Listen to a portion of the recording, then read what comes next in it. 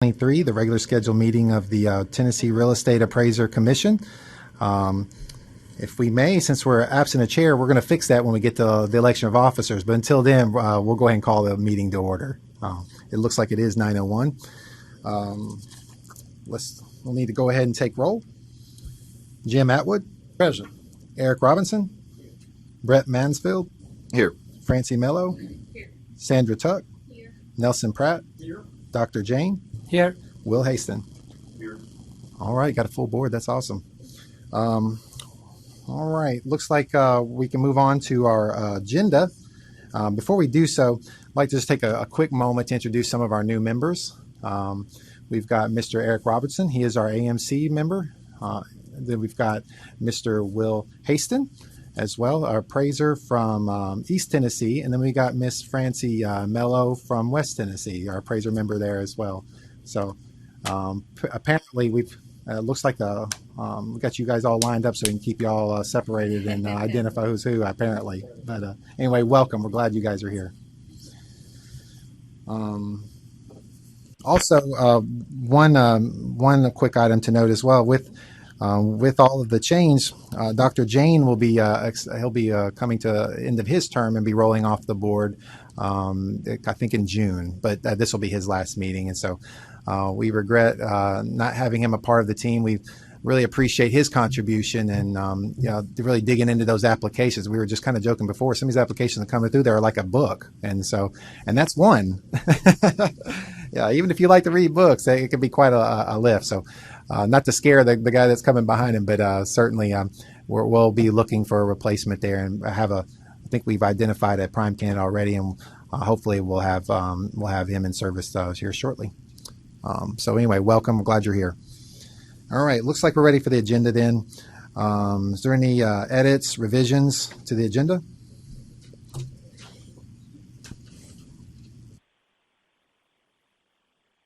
Hearing none, I'll just need a motion to approve the agenda. Do we have a motion? Move to accept. All right, thank you, Mr. Atwood.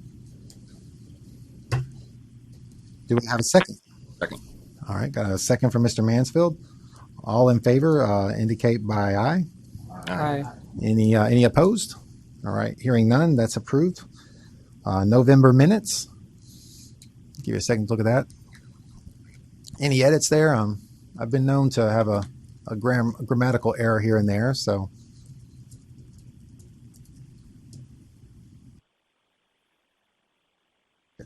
We have a motion to accept the November minutes. So moved. Thank you, sir. Motion from Mr. Atwood. Do we have a second? You'll have to speak in the mic. Sorry, we're recording that. Second. Got a second from Miss Tuck. Also, as well, when you speak, make sure that light's on so that way we can hear you, because we're recording the meeting to memorialize that as well. All right. All in favor, please say aye. Aye. Any opposed? All right. Hearing none, the November minutes were accepted. Thank you. All right. Experience interviews. Let me read these into the record right quick before we receive any motions.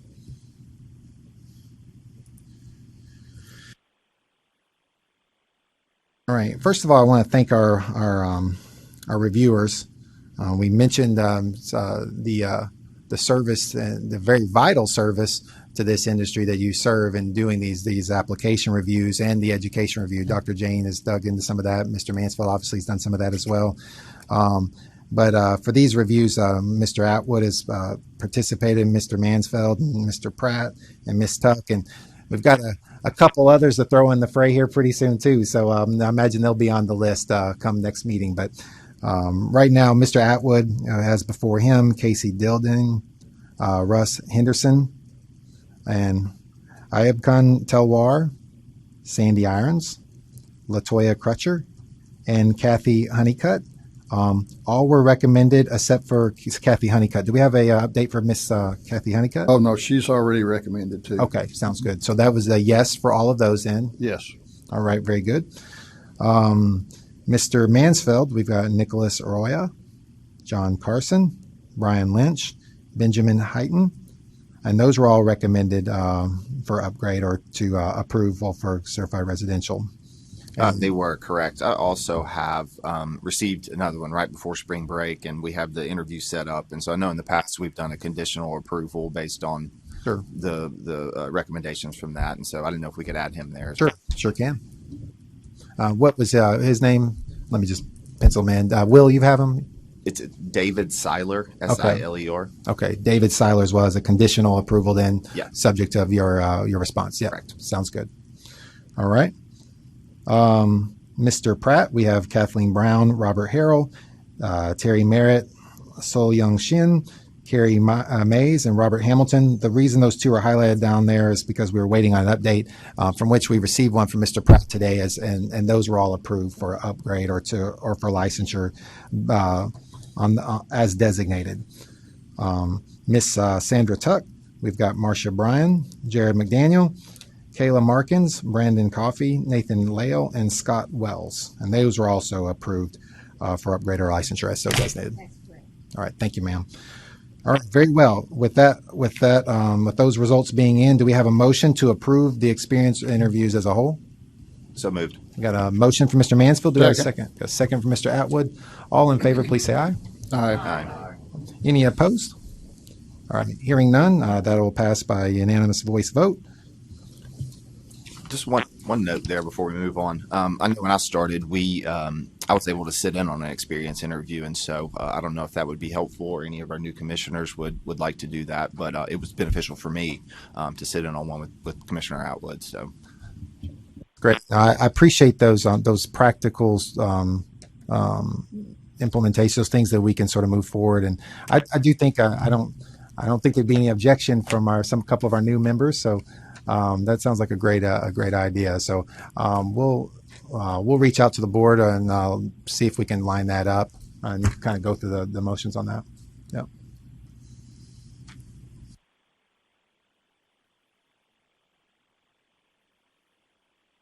Just make it a quick note. I don't want to miss it. Okay.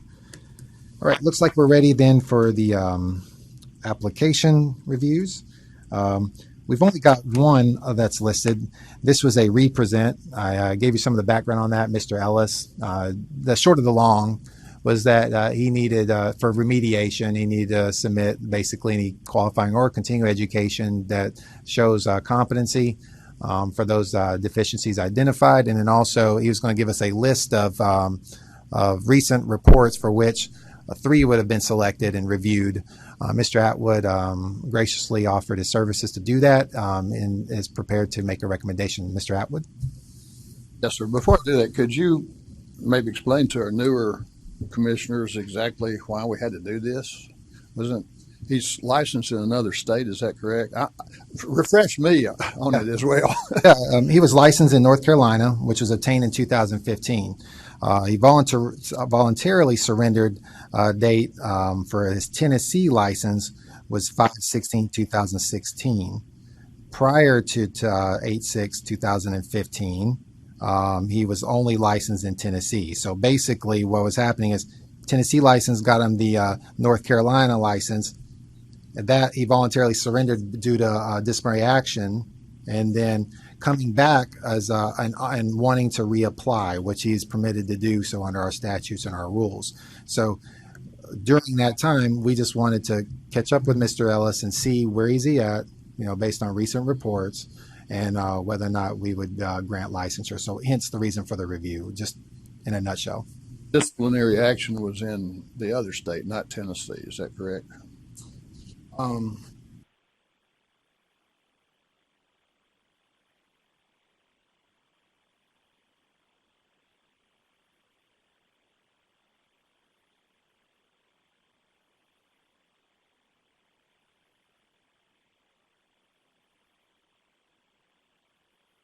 I just didn't want to speak out of turn. I believe that's correct, but Anna's going to verify for me.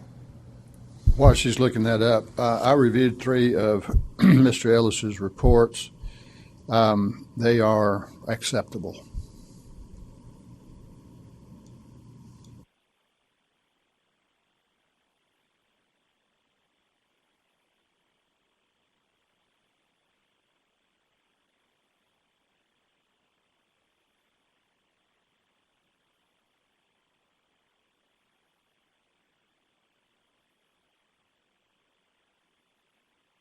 That is correct. It was from another state.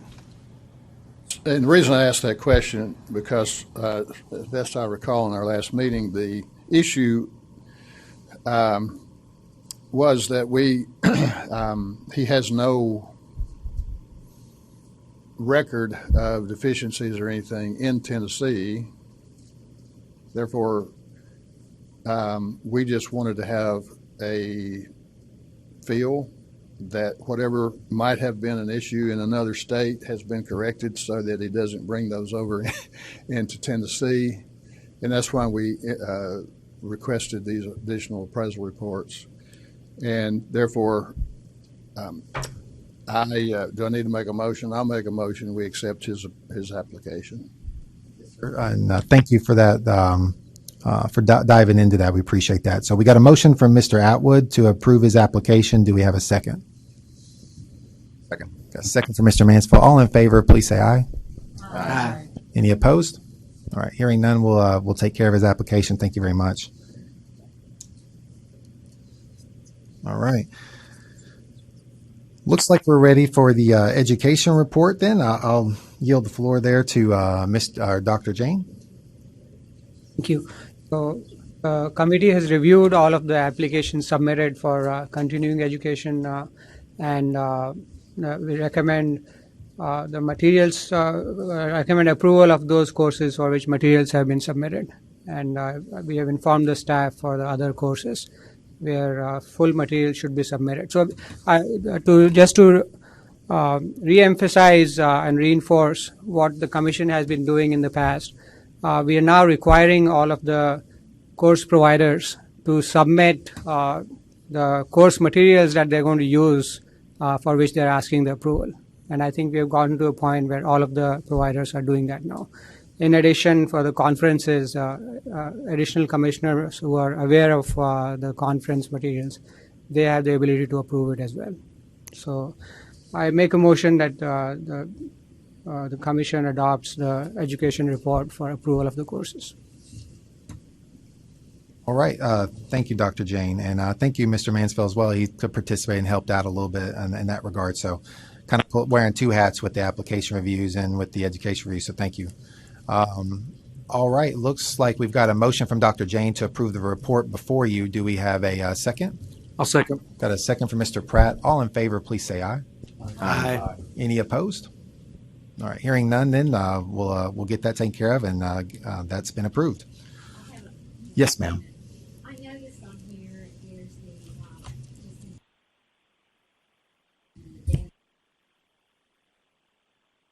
Commissioner Tuck.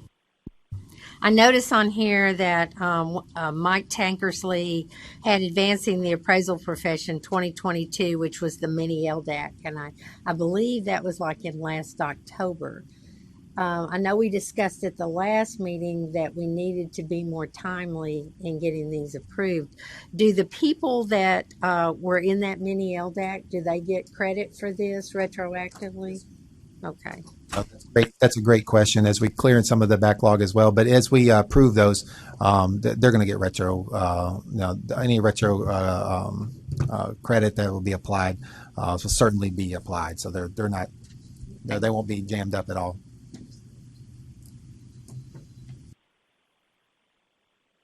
Other questions on the report?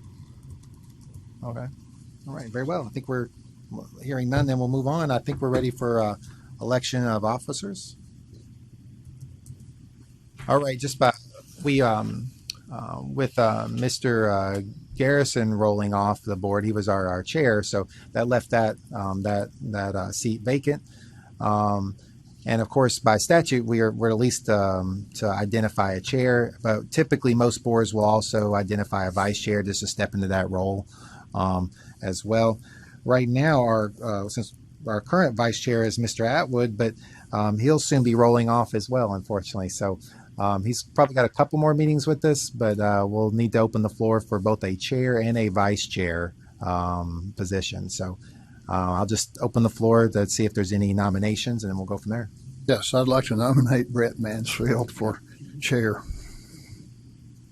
Wouldn't happen to have a vice chair, would you? Someone you've trained up. Who wants it? Raise your hand. I nominate Sandy for vice chair. That's perfect. Okay. So we've got a nomination on the floor for Mr. Mansfield as chair and Miss Tuck as vice chair. Any discussion? All right. Any other nominations? Okay. Hearing none, then we can entertain a vote. Do we have a motion for to approve that card? So moved. All right. Got a motion from Mr. Atwood. Do we have a second? Second. A second from Mr. Pratt. All in favor, say aye. Aye. Any opposed? All right. Pretty clean campaign there. Yeah, I really appreciate that you, yeah. All right. Look forward to the Mansfield Tuck, administration. It's going to be good things ahead. All right, the director's report. Then we primarily have we've got one informational item, the budget report. I'll dig in that a little bit more than I usually do, just for the benefit of our new members. But that's just informational only. Of course, I'll entertain any questions that you have regarding that. And then the Aero Spring Conference. We'll need to, when we get there, we'll need to select 2 members that would be willing to attend that.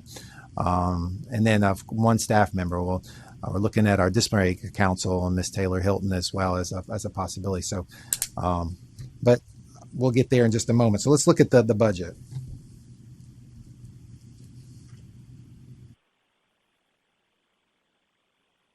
Typically, when we start the first meeting, I try to get into the reserves a little bit and just give you sort of an overall picture of our fiscal health, and then drill down a little bit to the trending, more of the tactical. So that's what you have before you. And if you'll notice that it's really a P&L sort of platform.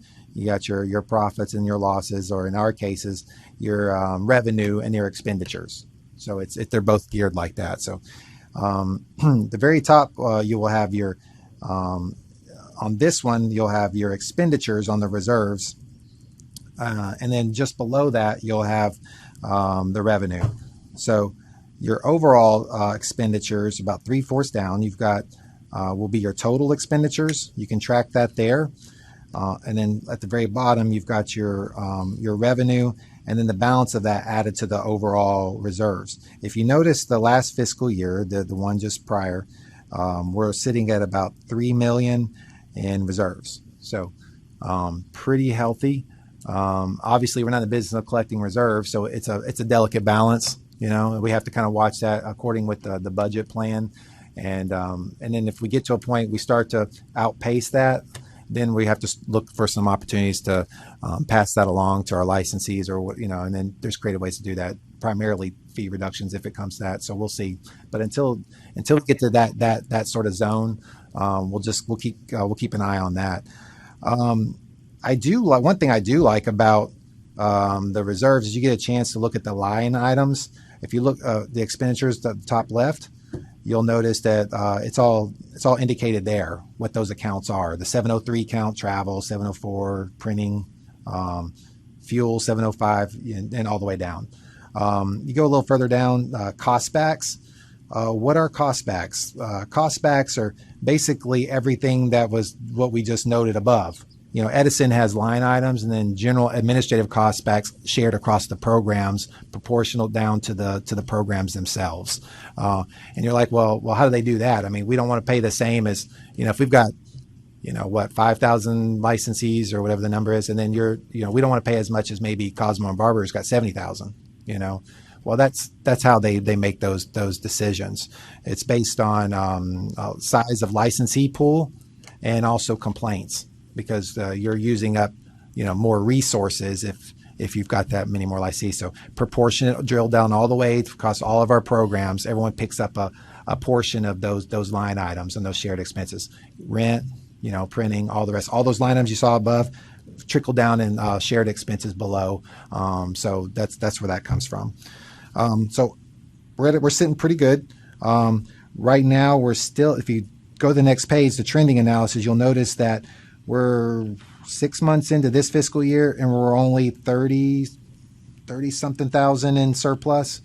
So we'll keep an eye on that as well. But we're not really just we don't have so much headroom that we're just really laying it on in the reserves. So we don't want to, you don't want to overcorrect too much, and then you find yourself in a bad place. So we're just going to keep an eye on that, and then we'll let you know if we need to have a discussion about that. Obviously.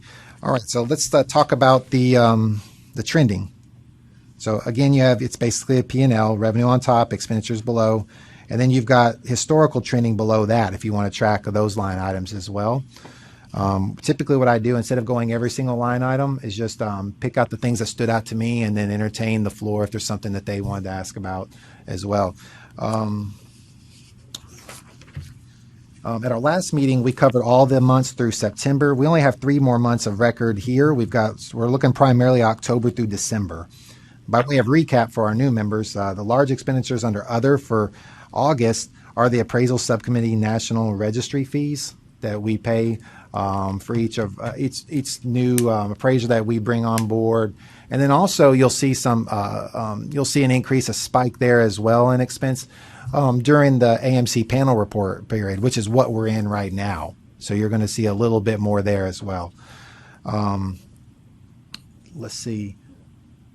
As for technology expenses in August, well, we were upgrading to the cloud at the time because we're in the middle of entertaining our contract for our platform, our licensing platform will be expiring this year.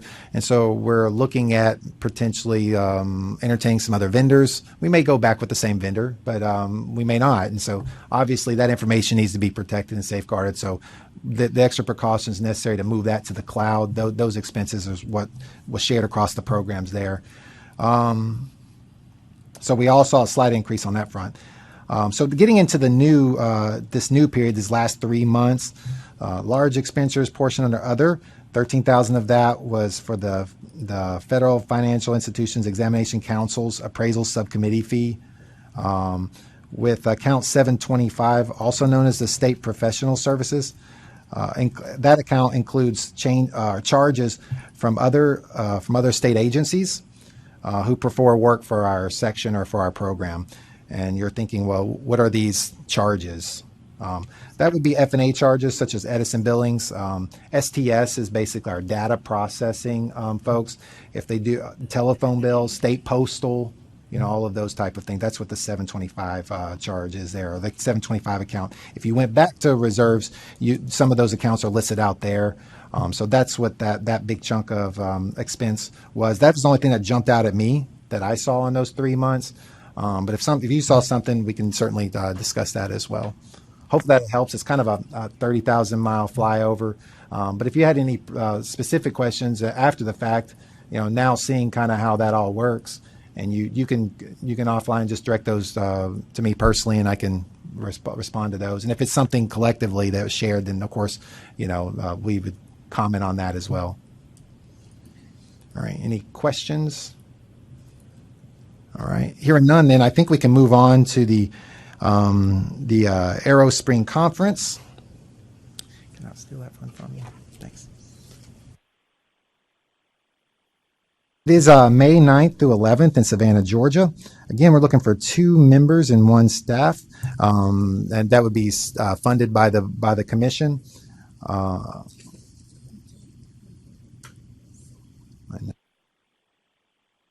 There's I can send out the agenda to you, I believe the conference agenda to those that are interested. Do we have anyone just that would be interested or thinks that their schedule will permit or allow for that conference? Okay, so Ms. Tuck, do we have anybody else? I've actually never been to Aero either. I'd like to go. Yeah, that'd be great. Okay, so we got a couple right there. We got Mr. Mansfield and Ms. Tuck, and I think they're going through a lot of changes right now. The industry, as you're already aware, and Aero, those conferences are very helpful. Coming back from that annual conference, which I'll be at that one, I won't be able to attend the spring conference. So having a couple board members' perspective there would be super helpful. And so right now we've got Mr. Mansfield, Ms. Tuck. Do we have an alternate potentially that would be just in case one of them were to step out or that would have any interest? All right, what's up to you then? And then Miss Hilton as well, so she'll be our staff member that may be able to be in attendance. And then I'll send you the information as it pertains to that here shortly after the meeting. All right, so we'll need a motion in that regard. Do we have a motion to approve their travel? So moved. Got a motion from Mr. Atwood. Do we have a second? Second. All right, got a second from Mr. Robinson. All in favor, please say aye. Aye. All right. Any opposed? All right. Hearing none, then we'll get that moving. It looks like we're ready for legal then. Good morning. My name is Taylor Hilton. For all the new people, and welcome. I handle all the disciplinary actions for the board. I'm sorry, for the commission. Before we get started on the legal report, are there any that would like to be discussed first, or any questions? Yes. The first 5, you've recommended to dismiss. Our new members may not know this, but sometimes we group complaints together. Like the first 5, they've recommended to dismiss. I have read through them, and I would also make a motion to dismiss. So my motion would be to make to dismiss 1 through 5. Okay, and 3 and 4 do need to be voted on separately. Yeah, just do, yes. So we'll go ahead and group 1, 2, and 5 together, and then we'll do 3 and 4 together as a vote. The motion is to dismiss 1, 4, and 5. 1, 3, and 5 right now. 1, 3, and 5. And I'll read the complaint numbers into the record. Yes, that'd be fine. We need Sorry, 1, 2, and 5. 3 and 4 are separate. motion is for 1, 2, and 5. And the complaint number for number 1 is 2022037921. For number 2 is 2022041751. And number 5 is 202205505551.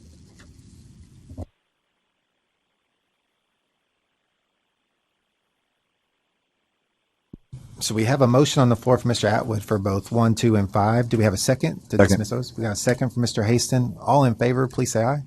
Aye. Any opposed? All right, hearing none, those will be dismissed. So to 3 and 4. Yeah, okay, now 3 and 4.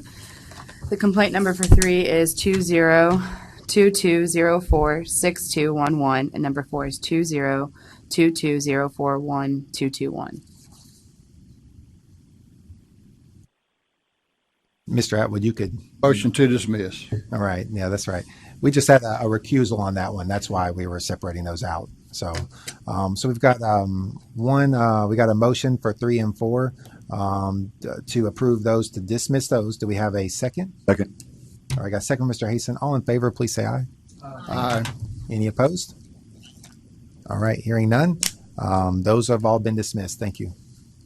Okay, we can go ahead and move on to number 6, which is 2022048531. The complainant is a bank in this complaint who hired a respondent to complete an appraisal for them. They submitted their complaint because they allege they observed multiple deficiencies within the report. They state that they tried to review and revise the report with the respondent prior to filing a complaint, but that respondent was not responding to their investigation team and was not complying with their request. Respondent denies that there were any USPAP violations found in their report, and they state that they do not have any record of the alleged unanswered email attempts stated in the complaint.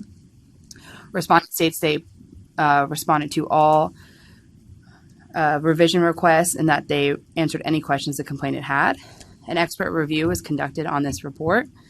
The expert found that in the sales comparison approach section that the analysis appeared to be incorrect, and the reporting of the data for sale number 1 appeared to be incorrect, like the date, price, and number of units.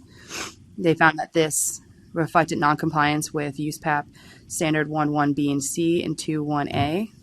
Under the income approach section, they found that the income approach in the original appraisals lacked comparable support, and that section had noncompliance with USPAP standard 1.4c1. Under the conclusion section, they found that certain issues set out in the complaint and appraiser's response were contradictory and beyond the scope of the review to address. But they state that the builder cost data listed in the first report was labeled for Lot 2, while the subject is Lot 3. They noted that there were incorrect boxes checked and that there was not any comments explaining the data found within that section. They believe that the sale price for comparable 1 was incorrect and that it did not note that there were 2 cabins on that lot. And they found that this section was in noncompliance with USPAP standard 1.1b and c and 2.1a. The reviewer recommended based on their findings that the respondent take a residential sales comparison and income approach classes. As such, council recommends a consent order requiring continuing education to be completed within 180 days of the execution of the consent order, and for these classes to be completed in addition to the continuing education minimum requirements. Are there any questions or comments about this one? I have a question. Okay. Do you have the copy of the letter of warning from 2014? I don't have a copy of it, but I do have some information on it. One second.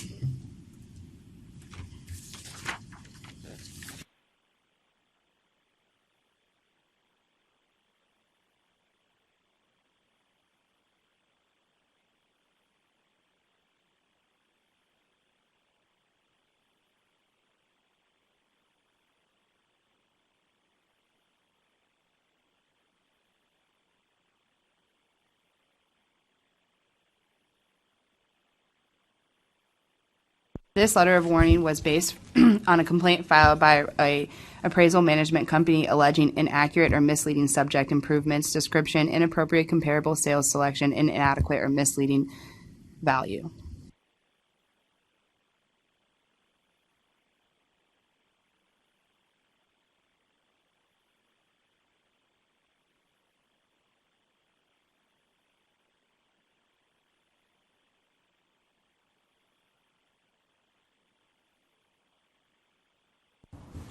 Question, just procedural. So will I take over as chair next time? And if so, am I allowed to participate in discussions, nomination, or motions? Is that, I know Robert Schultz sometimes doesn't allow that.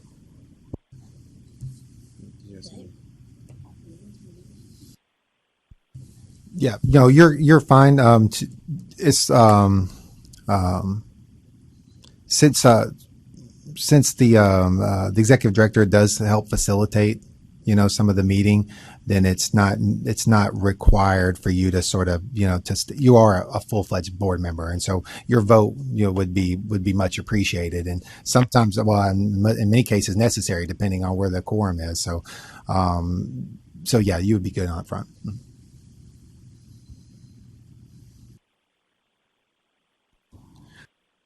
In the review, if this was, because it was a CG who completed it, and mentioned multiple cabins, do we know if this was on a Fannie Mae form? Is this a residential appraisal, or was this a... She's going to look that up, but typically we don't take those referrals based on that prior decision. So no, there might be some still hanging out in there, but It's not a Fannie Mae. Only ones that will be on this report are the two represents that happened prior to the vote. Yeah, so I get what you're saying there. I guess my question was, if it was a residential appraisal completed for Fannie Mae under secondary guidelines, because some of that information, and we get to some of this in the report or in a later case where they talk about highest and best use and a box was checked, and so that's pretty clear. But here, it talks about multiple cabins, and then it says the income approach lacked comparable support, and so I didn't know who the intended user was here. We're pulling up the report.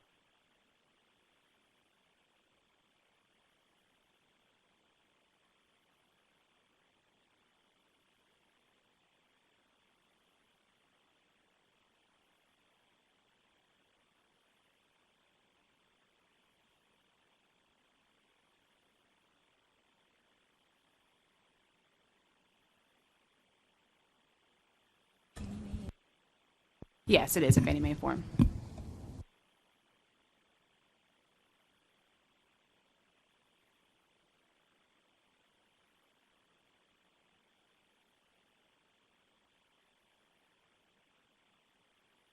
And you identified the client, not specifically, but lender, what was it, for a loan purpose? Yes.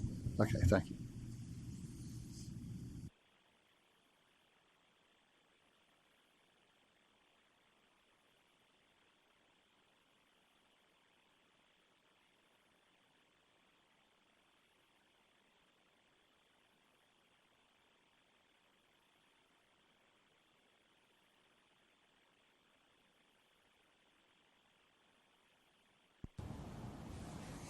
So the the prior letter it seems to be consistent with some of the current findings as well, and so the letter may have not done its job there, or time has elapsed as well. And council's recommending Consent order. the consent order and then continuation, correct? Yes. Um, the reviewer recommended the sales and income approaches. Okay. I knew I Yeah, saw at the that. bottom of their review, sometimes Yeah. they do that. They just recommend, they think based on their findings that these classes would be relevant in the continuing education that they will take. Based on the findings, that seems to be sufficient, in my opinion. So I'll go ahead and put that in the form of a motion that we recommend. What was it 30 hours sales comparison approach, 15-hour income approach, and this would be in addition to the continuing education. Correct, yes. Could I just jump in here real quick? Taylor, could you tell me what a consent order, obviously I would imagine that's I did wrong, basically type of deal, but could you explain to me what legally that means? Yeah, so there are a few different things that could happen in a situation like this. There are things called letter of instructions and letter of warnings, and then a consent order. A consent order is formal discipline where they are getting in lieu of going to a hearing for these matters, they're getting a settlement offer to agree to take the courses the commission votes on. And what they do is they sign that, they agree to complete it within the 180 days, and they agree that it'll be reported as discipline on their record. And then if they don't agree to that, what'll happen is a hearing will be set on the matter. Thank you. And so the first two, the letter of warning does not go on their Correct. record. No letter of warning. It does not go on our discipline, but it does go on The the National Registry. Right. The letter of warning does go on. The letter of instruction does not. Correct. Correct. Okay. So, Commissioner Haston, if you remember when we were talking last week, whenever we send out a consent order, it's when we're asking someone to do something. Mm-hmm. So we can't require anyone to do anything. It's always we offer them and they have the opportunity to tell us no. And so if they tell us no, then we would proceed with a hearing. Thank you. As opposed to a letter of a warning or a letter of instruction, that's something that we just send out. We're not asking them to do anything. We're just either instructing them, hey, do this going forward, or warning them on violations that we found where they don't have to agree. It's sent and then it's closed. And we don't report that as discipline on our records, but the National Registry does for a letter of warning, not a letter of instruction. Before someone seconds, in residential, the 30-hour sales comparison includes income, so it's all in that package. So I'm not sure there is an additional income unless you would like to change that to a general income course. I actually wasn't aware that those were. In residential, if we're requiring 30 hours of residential, the sales comparison and the income approach are the same course. What I perceive here is some competency issues, and I don't know how to address that other than maybe in lieu of a additional 15 income, maybe retake the 15-hour USPAP course. I don't know if that's the right answer or not. That's a thought. Well, I'll withdraw my motion since that class doesn't exist. Just amend it.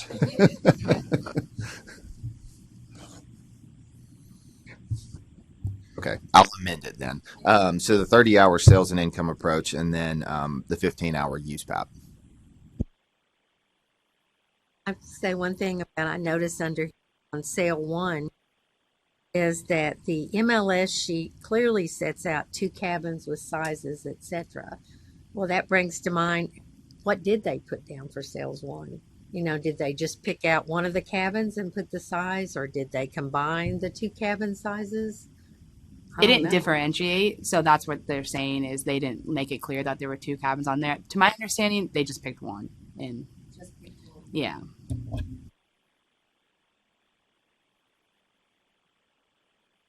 So they acted like the other one didn't exist Essentially, without making a They're saying- hypothetical.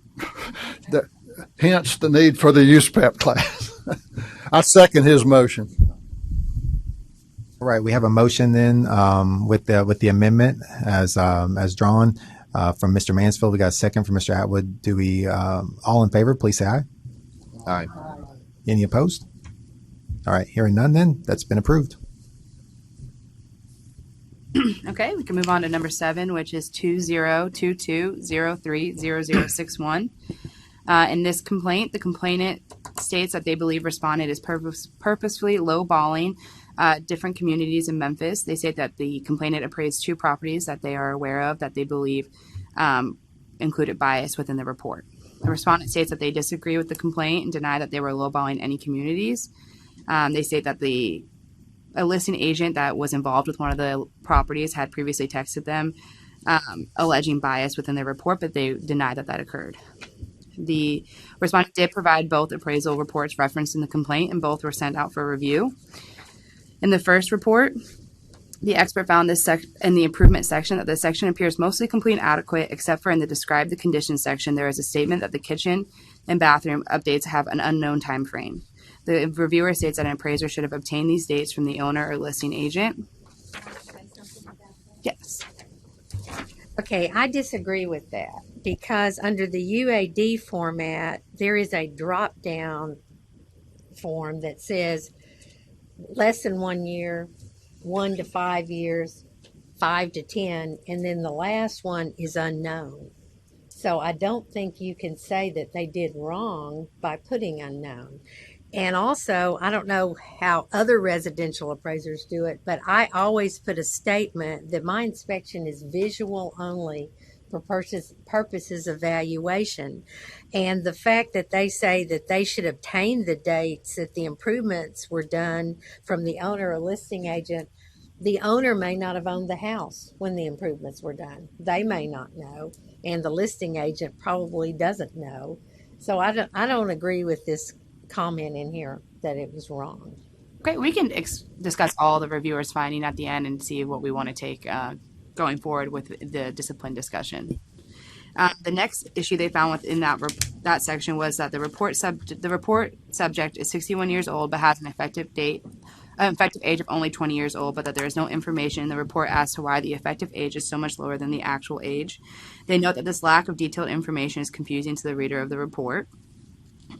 Under the hypothetical condition section, the expert notes that the appraisal report was made subject to repairs or alterations on the basis of a hypothetical condition.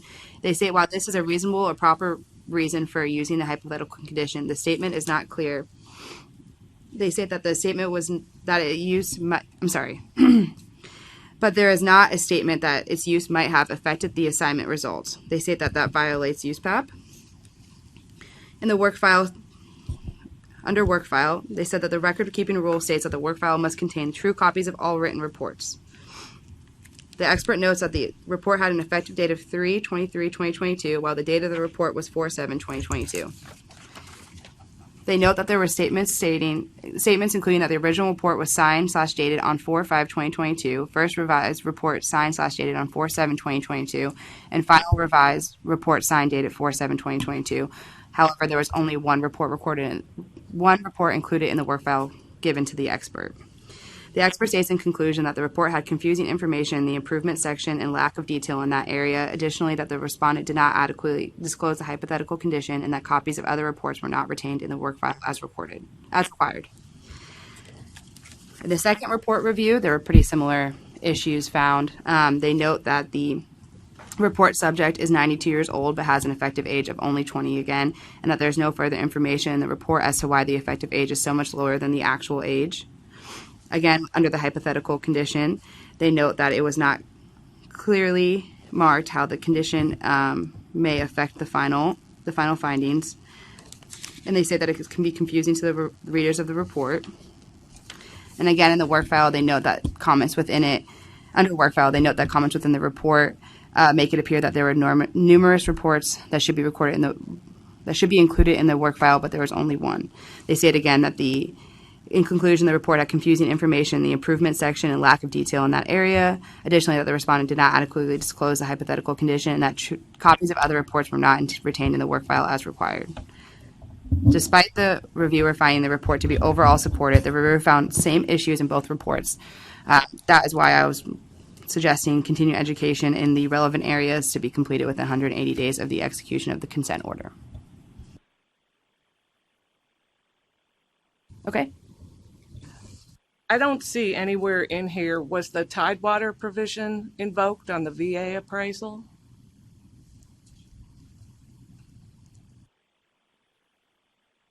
Give me one moment.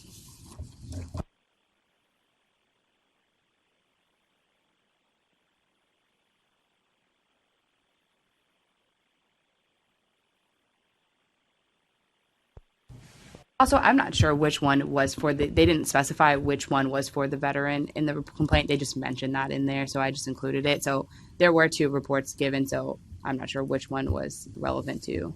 I guess what I am saying is I'm just finding it concerning that somebody has filed a complaint and the Tidewater provision is not mentioned in here on the VA appraisal.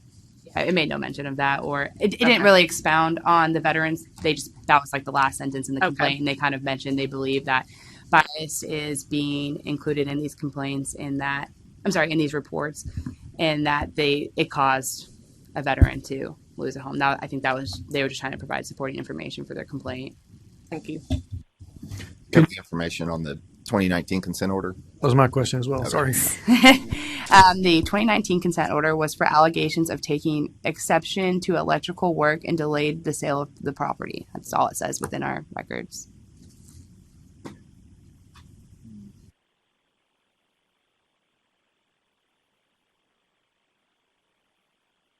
was wondering down here, I noticed on both of these, they commented that the report had an effective date of 3/23, while the date of the report was 4/7. That's typical. I mean, the effective date is the date you inspect it, and then the date of the report is the date you write it. And I know they commented on both of those, and I didn't understand why that was wrong. I don't know that they're saying that specifically is wrong. I think they're just saying that there's comments within the report that there were multiple reports that should have been included in the work file, but they only included one. Now, I'd like to speak to that. Whereas we should have copies of all of those, there's an argument that could be made that that's not required. Because the definition of report is any communication, written or oral, of an appraisal view that is transmitted to the client or party authorized by the client upon completion of the assignment. It's the report, it's the end report you have to have a true copy of. The final report that you turn into the client and the assignment is now concluded. Edits to an appraisal report only indicate that the assignment has not been completed. A misspelled word, whatever. There's edits in almost every appraisal. Every appraiser does. So I keep copies of every report I do, and I would encourage whoever's listening that you do the same. But there's an argument that says the only one we have to have a true copy of is the final one that goes, and then the assignment comes to an end. So I'm not sure. We can make the argument that the reviewer is making, but we could also make the other one just as clear. And we don't have to go with what the reviewer says. It's just more provided information for you guys of what the expert found when they were looking over the report. But you guys are able to kind of take your own knowledge and how you feel on certain issues and decide if you think you should move forward. I would like for reviewer. Sandy to restate her initial concern of this. What did you say earlier? Oh, originally the one about the fact that they said unknown for the kitchen updates. Yeah. And there is a drop-down box that allows you to use the word unknown. And to actually put the dates in that something was done may or may not be of any value because your inspection is visual. And so if it was done 5 years or 10 years ago, it might look the same. I mean, I don't think that there's any real value to going back to a owner or listing agent. In fact, like I said, the owner may have not even owned the house when the updates were done, so therefore would not know when they were done. I just felt like that really wasn't an issue where they said that they needed to do that. They said an appraiser should obtain these dates from the owner or the listing agent.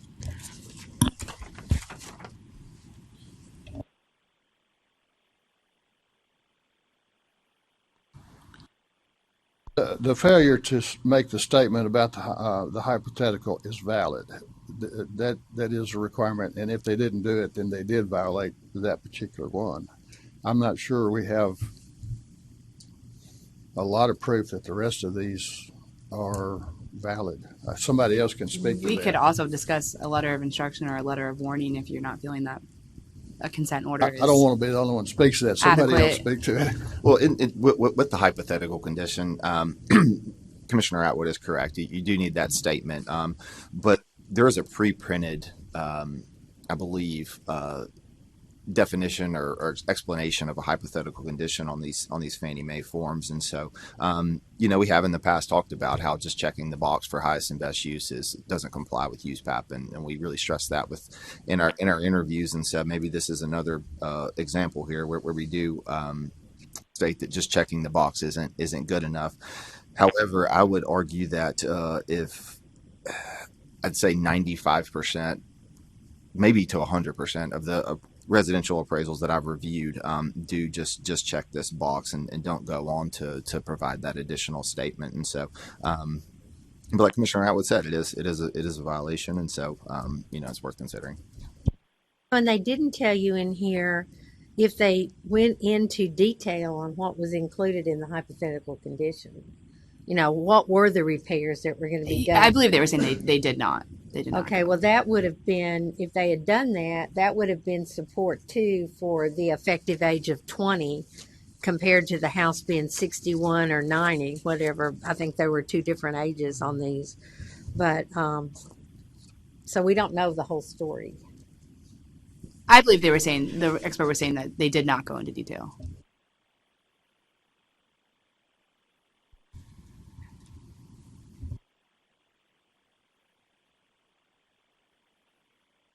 Are there any other suggestions for a possible discipline or dismissal rather than the proposed consent order? Well, I'll make a motion that we give them a letter because they already have I haven't said which kind of letter yet, but they already have a previous consent order. So I think this should be a letter of warning that they did not properly identify the hypothetical condition, nor did they properly fulfill their obligations under USPAP to disclose that the use of this condition may affect the assignment results. I don't see anything else here other than a letter.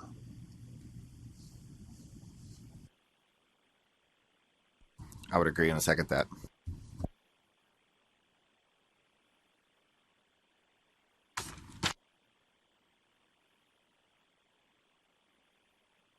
All right, we've got a motion on the floor, a second. Do we all in favor, please say aye. Aye. Do we have a second? Or excuse me, I'm sorry. Any opposed? All right, hearing none, that's been approved. Thanks. Okay, number 8, 2022040461. In this one, complainant is the real estate agent for the seller of the property in question in the complaint. They state that respondent came out to appraise the property on September 8th, 2022, and that they had a deadline of September 19th, 2022 to return the report into the lender. Complainant states, however, respondent missed numerous turn-in dates and eventually never turned the report in for the appraisal. Complainant states that on September 26, 2022, that they hired another appraiser to conduct a rush appraisal, as September 27th was the closing date. They state that complainant states that the home buyer incurred extra fees due to this, Respondent failed to answer the commission's request to respond to the complaint, and they have not provided any response to this complaint at all. As such, I was recommending assessing a $500 civil penalty.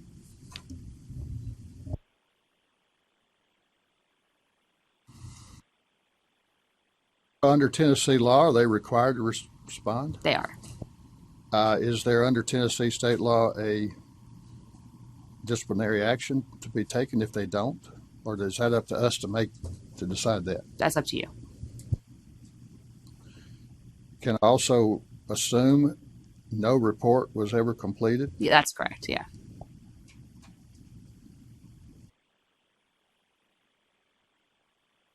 So there was no report to review. So that's why I was recommending a civil penalty as opposed to continuing education for their failure to be in contact with their client and with the turning in the report, and then their failure to contact us.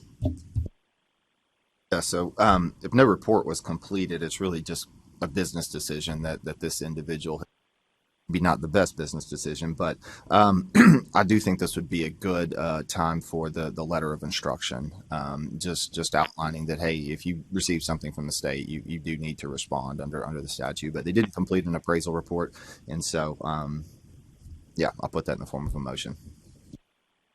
Got a motion on the floor for a letter of instruction from Mr. Mansfeld. Do we have a second? Second. Got a second from Mr. Haston. All in favor, please say aye. Aye. All right. Any opposed? All right. Hearing none, then that one's been approved. Thank you. So I have a quick question on this. So the complaint is from the real estate agent, and there's reported a loss for $500 and all those things. So how will ultimately these customers of the appraisers or will be satisfied with this letter of instruction? Are you asking, do I believe the complainant will be satisfied with the letter of instruction? Right, because I think there's the $500 loss involves some additional fee, and which I think they're trying to recover that in some way. Yeah, Least, that's kind of why I was recommending assessing a civil penalty due to just...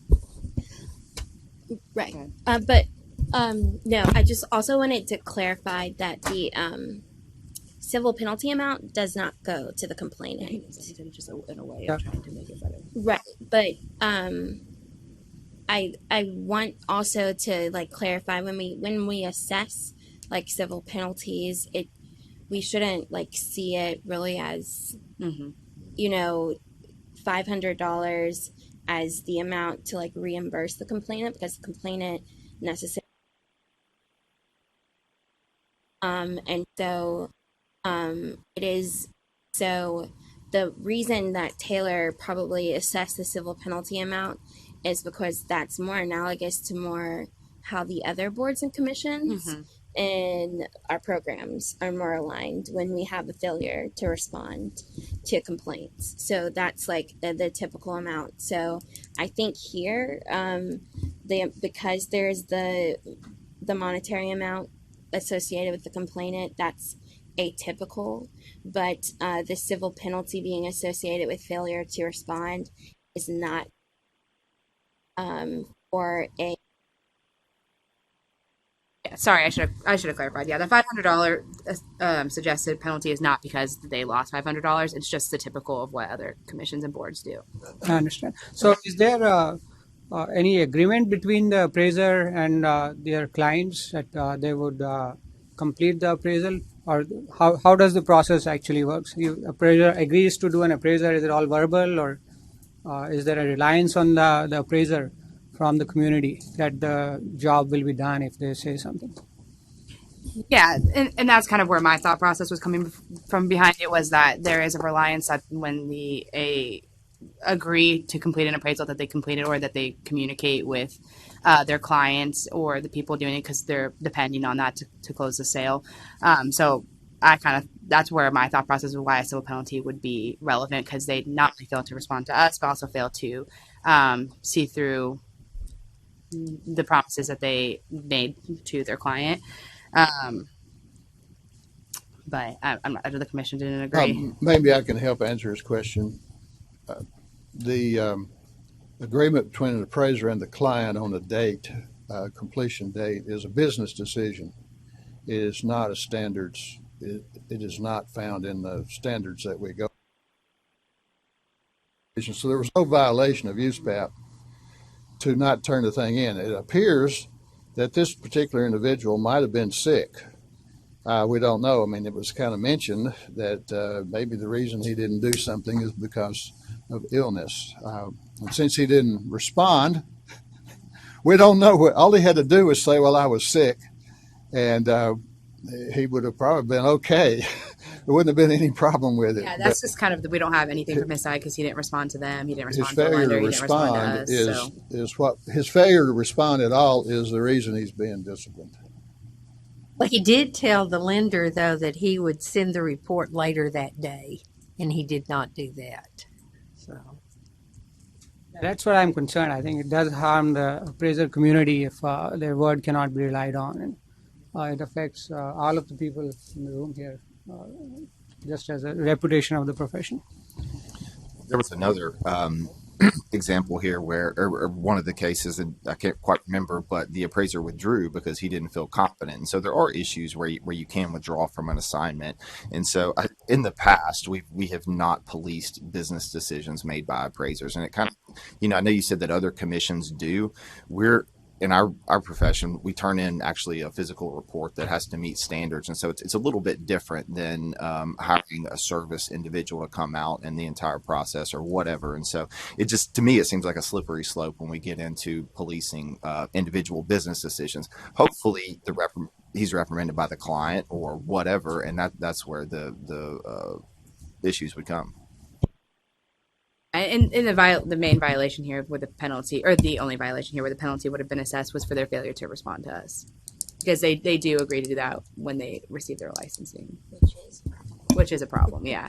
And so since we already voted on the letter of instruction, I mean, that will be in their record. If another complaint comes up and they fail to respond again, then we can look back on a letter being issued to them and then potentially take steps to a civil penalty next time.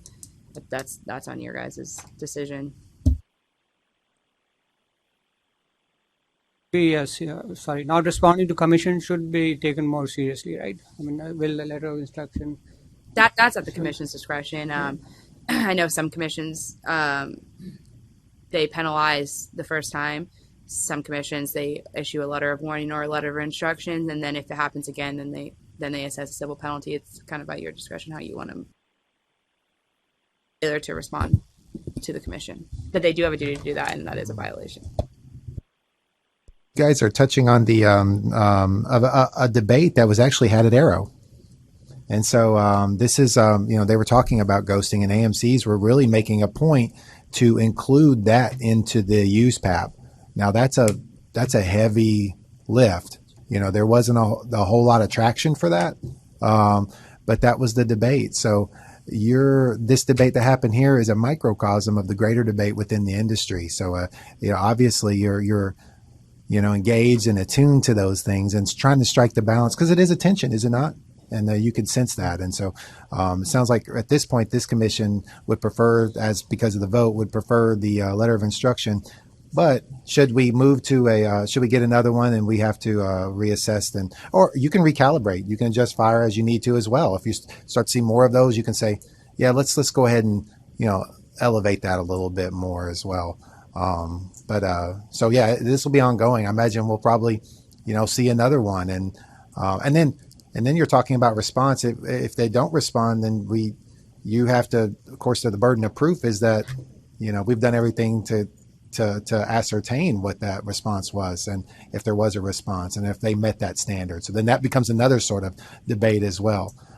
So I imagine, this won't be the last. We'll probably have another one pop up, and then we'll get to have that discussion again. So does this happen fairly often? With response? Lack of response altogether. I think like with this particular case, we take failure to respond to like a complaint pretty seriously. In this particular case, it's not really much of an. I think the reason we're saying you might want to consider it is because there's not an actual product. And so there's not something to look at. But if we were to have a particular case where someone is actually upset about an appraisal report and an individual does not respond to our complaint and we're not able to look at the report and it was like a poor report, there's nothing we really can do for that individual, and we were to assess like a letter of instruction, then I guess the issue is, what is the incentive we have for individuals to respond to complaints?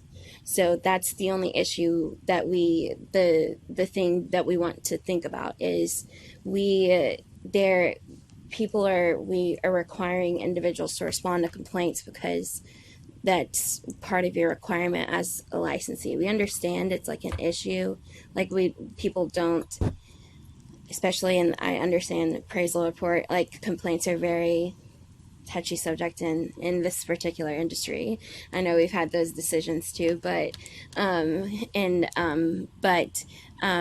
responding to us when we get the complaints, when we have the complainant go out of their way to send a complaint, we want to be able to tell them, that we can at least look at it, whether it ends up being dismissed or not. So that's just something to like consider in the future. But it doesn't, to answer your question, it doesn't happen frequently. Usually in this program, typically we have individuals respond. Like this doesn't happen. But in my other programs, when we don't have an individual to respond, civil penalty is assessed for like and for example, the Real Estate Commission, whenever we have a failure to respond and it's a licensee, it's an automatic $1,000 civil. The commission takes, and so the licensees know that it's just like they send in those response like immediately. But this is very atypical for this person, for this commission. So I don't think we'll have this issue. But we certainly don't want individuals to blow the state off. If that makes sense, or to blow you guys off, especially when we want people to take the grievances seriously. Absolutely. I don't think this sets a precedent. If there was a report completed, right. And No. respond, I'm saying that like would be considered like heavily. everything is very, very fact specific, and this one is very fact specific, and just something in the future. If this were to occur, and again, just things to think about and further. Yeah, and then if this happens again with this particular respondent, we do have the letter of instruction on record, so then we could move forward with a civil penalty next time if they fail to respond to any future complaints. We keep record of all of that. But they don't have to respond to the letter of instruction, or do they? They don't. Yeah, I fully understand this concept now. So I record my vote as against, just for because I feel for what you were trying to do. I can include a request at the end of the letter of instruction that they reach out to me and I can speak with them about if you want me to include that in there. So I kind of just have a conversation with them about the importance of responding, but they don't have to. They won't. They won't, but I can if you want it in there. So I might have missed something. It was, your motion was letter of instruction? That's already voted on and approved. He was I just saying understand. he That should. was letter, I didn't vote. Oh, okay. I abstained. Okay. But, so letter of instruction doesn't go on their record. No, but we keep record of it. Should have voted no, a vote to no. It doesn't really matter because it passed anyway, but I'm against what we just voted on. Right, it's okay. Oh, again, it'll be in our record, and if they fail to respond, then we'll have that information, and you can vote on a civil penalty next time. Or if they don't get any more complaints, then I guess it wouldn't be an issue. But that's okay. Everybody has to every board has their own sort of unique, and I don't have children, but, I suspect that there's a certain standard that you apply across the board, but then certain things that you apply based on those particular boards, and everyone has to feel their own way. For example, I know with a big volume board like Motor V that she just described, or like I know land surveyors, this becomes more of a problem for them. And so they almost have to sort of move the needle a little bit to sort of train and condition those folks to respond. Otherwise, it would really grind down. It'd be a problem. And so, but if you've got with the low volume we have here, we can just keep feelers out, and if it turns into a problem, then certainly we can respond. We have the agility to do that, and so I think we're at a good place. Um, all right, I think we're ready for the next one then. Yes. Okay, so we're on to represents now. This is a leftover Fannie Mae complaint prior to the vote that you guys had voted to have re-reviewed. So we had a second expert reviewer look at this report. The second reviewer found some issues in the sales comparison approach section. They stated that the values of the comparable sites are not supported, that there was no data summary in the appraisal that supports the conclusion. They noted that the differences in the site sizes are not minimal as stated in the response. The site size of comparable 1 is almost twice the size of the subject size. The site size of comparable 2 is almost 15 times larger. Comparable 3 is almost twice the size. Comparable 4 is about 54 times larger. And the site of comparable 6 is 69 times larger than the subject sites. Only comparable 5 has a site the same size as the subject. These differences are not minimal, the expert notes. They note that it is not explained in the appraisal as to how comparables 2, 7 years old, 4, 9 years old, and 5 years old are in C2 condition, which is defined as little or no deferred maintenance. They stated that only one comparable is similar to the subject in the gross living area. Subject is 676 square feet. Comparable 3 is 888 square feet, and the comparable is not adjusted correctly. They stated it was not reported in the appraisal that all comparables are located in resort-style communities, as was reported in the response. They stated that the appraisal reports that the comparables used were in similar areas, which is not correct. And they found that under the cost approach section that the site value is not supported. They note that 4 site sales are reported in the addendum. However, the site sizes of the sales are not reported. There is insufficient information in the appraisal to enable the intended user of the appraisal to understand the valuation of the site. They found that the income approach was developed in the addendum. However, in the reconciliation section, the value per the income approach is reported to be 0. They note that there are contradicting and confusing statements within this section, whether or not the income approach section was completed. They found that the market rent for the subject is reported to be $6,600 per month, but it is not supported by the rent per square foot of the comparables, and that there's no analysis in the appraisal as to how the market rent of the subject was determined. Under the reconciliation section, they note that it indicates that the income approach has 0 value. However, the reconciliation comments report that the estimated income approach was considered based on rental history of comparable income producing properties as furnished. Although the reconciliation section reports the income approach value, the income approach was completed in the addendum. Based on the second expert findings, I was recommending a consent order requiring a continued education to be completed with 180 days and to be in addition of the minimum requirements for license renewal. Can you review the previous? Let me pull up which ones are for them.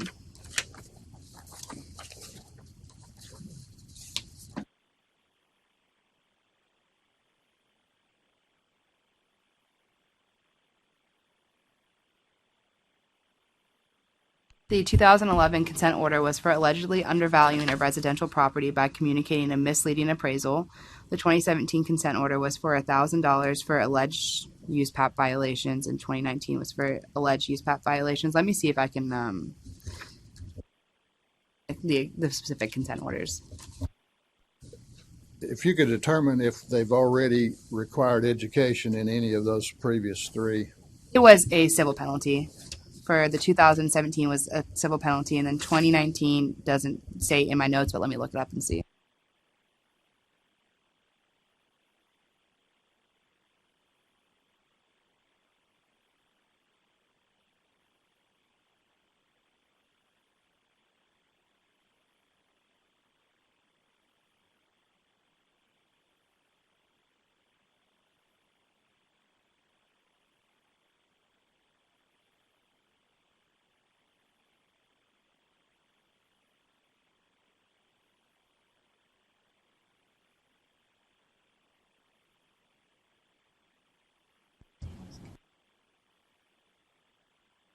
The 2019 was for $1,000 and a 30 hours in sales comparison approach. Is that what it was? Yeah.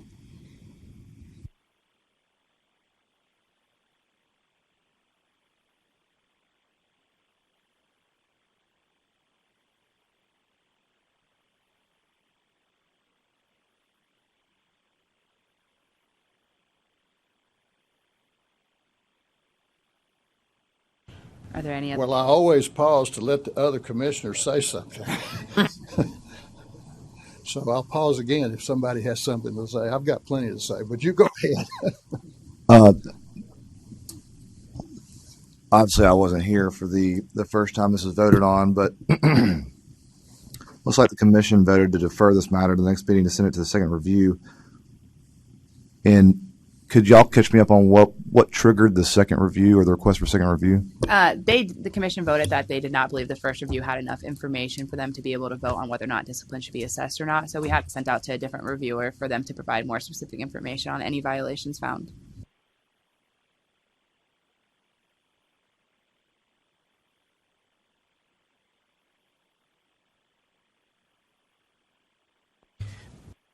Well, I gave you- you your chance. Go ahead, Don't mind. please. Can you explain a little bit more about the consent order?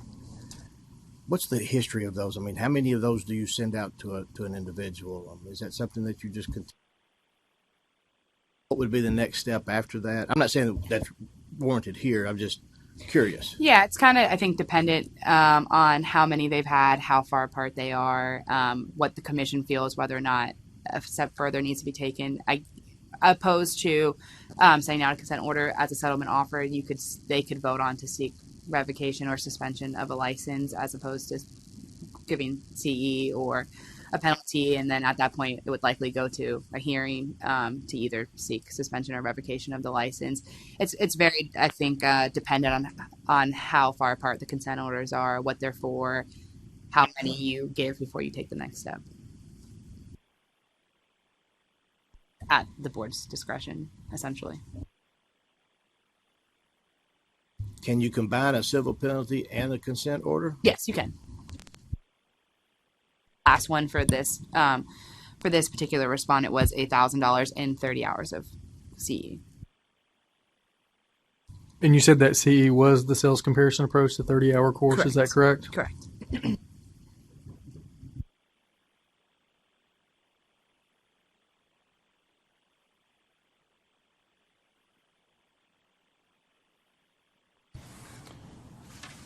I think from reading through the lines on here that this is probably an overnight rental cabin in a resort area, just from because they're talking about furniture and it being furnished, and knowing that these rents are definitely not monthly rents, they're overnight rental amounts, because you wouldn't get $7,000 a month. And talking about $3.95 per square foot, $3.39, that's not, to me, an issue with an overnight rental cabin. It's typically number of bedrooms, location, view, that kind of thing. And so that part doesn't really make sense to me looking at it per square foot. The site size, too, they keep talking about that. But if it is in a resort area, particularly the Smoky Mountains, I think one issue they noted was that all the comparables were in a resort style area, but this is not, and that they didn't differentiate between that. Oh, okay. Because I would say that, the site size could or could not be important based on topography, view, etc. So there's a lot we don't know again about this.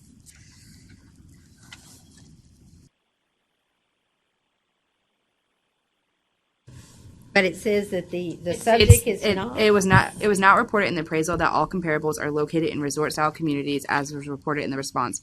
However, they're saying instead of reporting that, they're saying that they're all similar, but that the property being appraised is not in a resort style. But they didn't note the difference in the report. So we don't know what kind of property they were appraising. Was it an overnight rental? Let me pull up. Surely, if they estimated the monthly rent at $6,600, it was probably an overnight rental. Well, we also know it was furnished, Yeah. so that's a trigger there.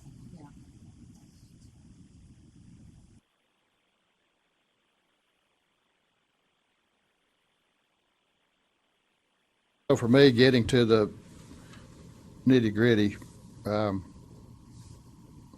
this individual's already had to pay civil penalties in the past, already was required to take sales comparison, evidently didn't benefit the individual. He's still making many sales comparison violations. In this particular case, I don't see assigning more education to be, would be civil penalty high. Is it overnight rental, by the way, just to. A high civil penalty, not a $500 one. I'm not going to make a motion yet because I'm just going to throw out these thoughts and let other commissioners either speak to them or come up with another idea. But I think we have a choice here I'm talking somewhere around $5,000 civil penalty. I mean, that's significant. But I hadn't made the motion yet. We have, to our new board members, we have the right to assess $1,000 per violation. Is that correct? So correct. As a board, we have a right to assess a civil penalty of $1,000 per violation, so we can count up the number. I think we'll come over 5. Somehow, in my opinion, this individual has to, something's got to get their attention. And just sending them back to another class is not going to do that. Infiltrating their pocketbook might get their attention, with also a letter of warning that says continued efforts in this direction may result in the suspension of your license. I don't know if we can say that, but that's the next step. To answer your question, for me, it's a high civil penalty here, and the next step would be consideration of suspension. That's my opinion. So I'm going to stop without making a motion. That's just where I'm thinking. If somebody else would like to comment.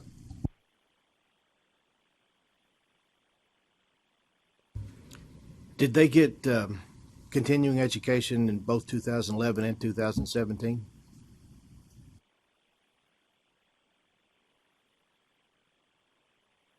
No. 2011, we don't have the consent order, but we're gonna look in our records to see if we can pull up what they had in either of those. I know 2017 definitely had $1,000 civil penalty. Let me see if we can find any.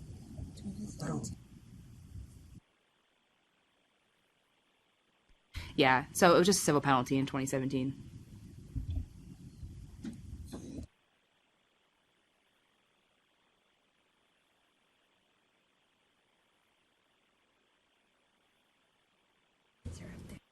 Looking to see if she can.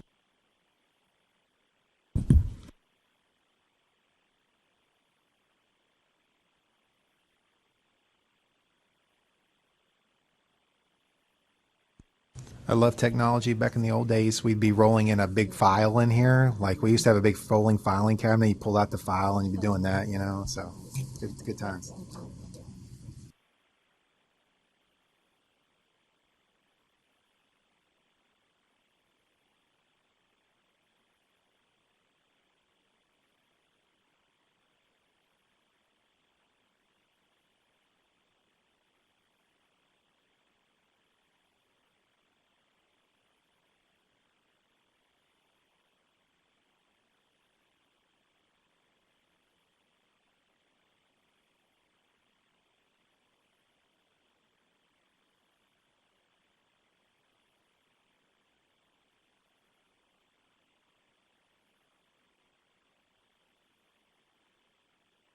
Sorry, we're just waiting.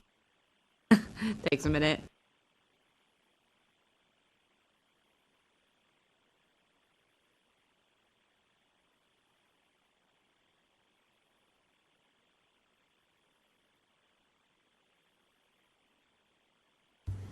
I have one question. In addition to the consent orders, what other documents, letters or whatever, would go into an official file? I know that you said we keep the letters here, but what else would be reported as an official in addition to a consent order? What documents? It's the document. It's the consent order itself. Right, but So like in the file? Yeah, I mean, what else would show up on an official record other than a consent order? I know they said the letter earlier might, but we would retain it. So on the National Registry, so it as far as I'm concerned, it's just the actual document. Yeah, we keep everything on our end, and then of course that's subject to review by any of the auditors when they do their review. That's a piece of their review or their audit. But as far as the registry, we just note what the discipline is. But those, if my counterpart in another state was to reach out to us, then we freely share information. It's not. Right. You know. So we keep the entire, so we maintain the entire file. So sometimes, anything from 2018 until now, we have an entire electronic file. And so the electronic file has a copy of the complaint, anything that the respondent has sent us, which usually includes the report, the expert review that has been sent, if it's been sent out for that, and then a copy of the consent order, any emails that have been exchanged between counsel and the respondent. That information, the only public facing, if it's been executed, accepted, is a copy of the consent order. Of course, since we are a government entity and subject to the Open Meetings Act, if a public records request is requested, then most of that information is going to be disclosed unless it is protected either by attorney-client privilege or attorney-client work product, or for some reason there's an exception. But a consent order that can be disclosed, so that can be given. But so for sometimes, if you'll see something, for example, something from 2011, we don't have those physical files anymore. Those are paper files that are no longer on site. Also, the department, we have a records disposition authorization, and we're only required to keep physical copy of files for 7 years. And so after that, those files are destroyed. So if we don't have electronic copies, we don't have those. So just found the information for 2011. We happen to have it written here. So in 2011, it says there's a $500 civil penalty and a 15-hour residential report writing course. And then I have some notes, but I don't have the actual document itself. So beyond that, that's the type of information that we have. And the 2017, 2019 consent orders, do we say there was education involved in those as well, or no? 2017 $1,000 penalty, in 2019 was a penalty in CE. Have the current report. Can you tell us again the intended use? Was this a Fannie Mae financing? It's not a Fannie Mae. So we beat the short-term rental horse, and I'm not going to go back to that. But I think one thing that we did conclude was that this generally comes down to a competency issue. When you look at the one statement here, it was considered, the reconciliation was estimated, the income approach was considered based on the rental history of the comparable income producing properties as furnished. That screams just competency with the short-term rental market to me, and not understanding, and probably in reality overvalued the property, because they include at least one intangible component, or they include FF&E, and then probably didn't address any intangibles that might be there as well, when Fannie Mae is only securing the loan with real estate collateral. And as Commissioner Atwood said, we've really tried to hammer the point home, and it hasn't hit. So I'd be in favor along the lines of what Commissioner Atwood proposed.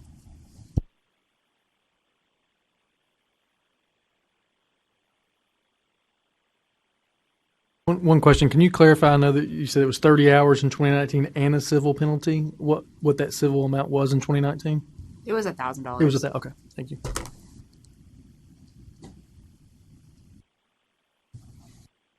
So push this along, I'll make a motion. I make a motion for a civil penalty of $5,000 and a letter of warning related to their competency, or goes, tell me, all right, tell me I can't do that. Go ahead. What can I do? It's got something to say.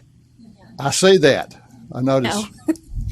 We cannot do a letter of warning. A letter goes along with the civil penalty correspondence. So a letter of warning and a consent order would be redundant. Okay, thank you. So if you want to do, so what were you wanting to achieve with I the want letter to of warning? achieve that we communicate with this individual that we're not requiring education, but they need some, in addition to the $5,000, or they need to withdraw from these assignments. This competency is the issue, and maybe just by saying $5,000 that gets their attention that they need to do something, without us having to tell them what they need to do. Yeah, it's sounding like the civil penalty may be more appropriate. And all right, my motion is for a $5,000 civil penalty. All right, we have a motion on the floor for a $5,000 penalty. Do we have a second? Second. All right, got a second then. All in favor, please say aye. Aye. Aye. All right. Any opposed? All right, hearing none then, that's been approved. And you will be sort of encouraged to know that we when we send them out that agreed citation, it's pretty clear about what the violation is and what the deficiency is. So they're getting, in a sense, some instruction there. If they don't pay that amount, do they lose their license then? They don't? so if they don't pay, for example, if the individual does not agree to pay the civil penalty amount, then what would happen is we would proceed to a formal hearing, which this board has had in a while. So that would be essentially a contested case proceeding with of law judge. And so Taylor, the respondent, would essentially, you guys would rehear the matter, and it would be a judge would be sitting before you, and then you would make essentially a mini of what was going on, and then at the end, your determination, if you would make a determination if there is a violation, if there were any violations, and then what discipline, if any, would to be at that time. You can make a determination what kind of discipline. It can be any discipline at that point. Have to be a civil. It depends on what Taylor writes in her request for relief at that point. So, and that, and also it depends. Also, sorry, it's not what Taylor. It depends what Taylor requests and what you assess, because you would be sitting as the jury, essentially.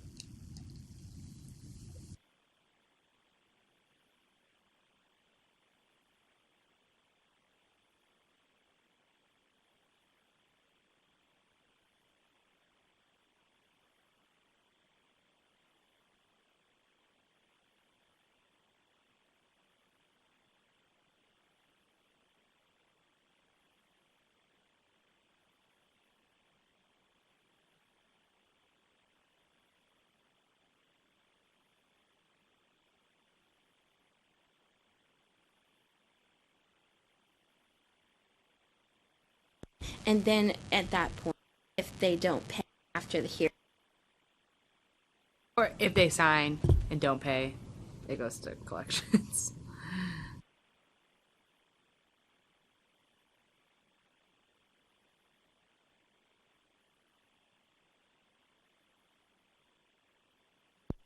Sorry. I forgot we voted on that one.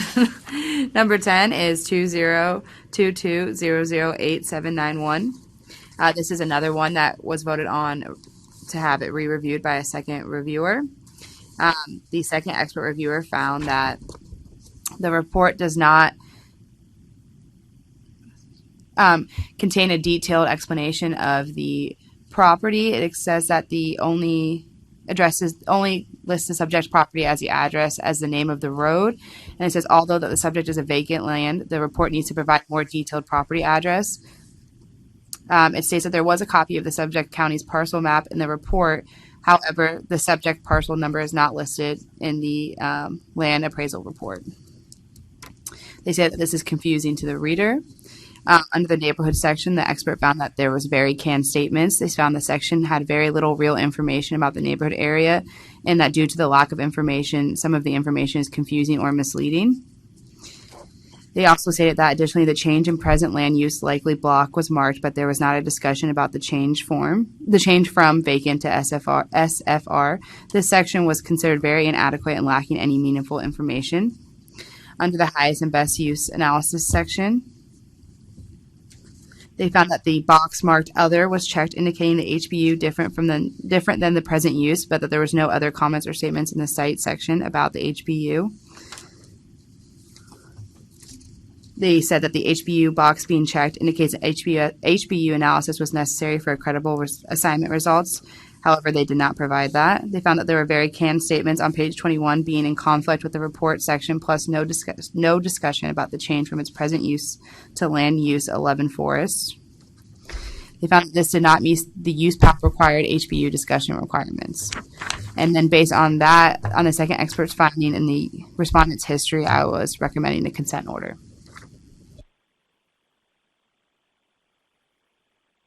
Assessing continuing education required the 180 days over the minimal requirements.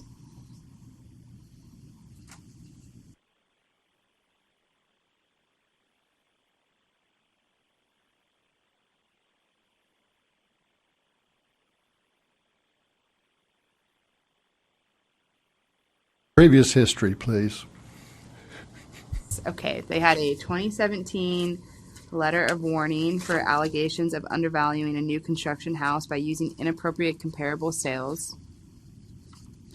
Then 2012, there was a letter of warning in there, but there weren't any details in core about what the letter of warning was for. 2015, a consent order for a complaint filed by the program for FHA allegations of HUD's removal, and it's had education imposed. And then, Can you tell us what the education is? one moment.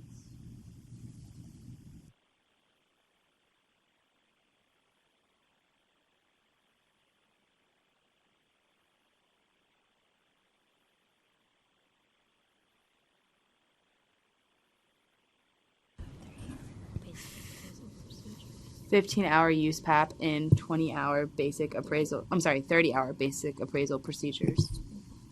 $2,500 civil penalty. Then there's also a 2013 consent order. One moment.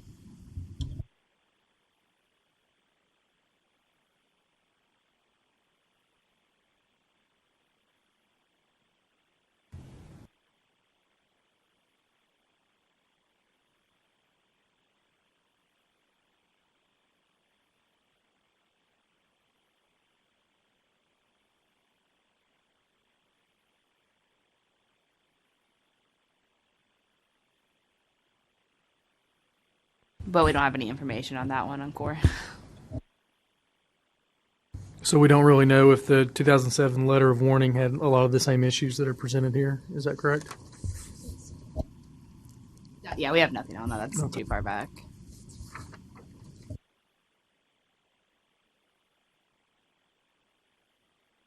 The 2017 letter of warning was for allegations of undervaluing a new construction house by using inappropriate comparable sales.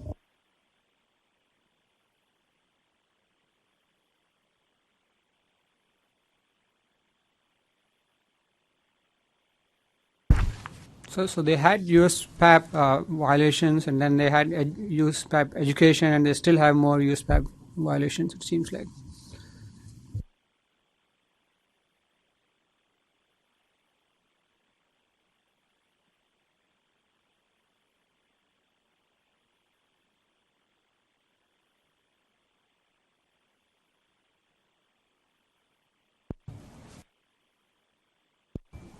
So go ahead. So last time we just voted to defer this, correct? Yeah, it was kind of the same issue before. You wanted more information from a reviewer.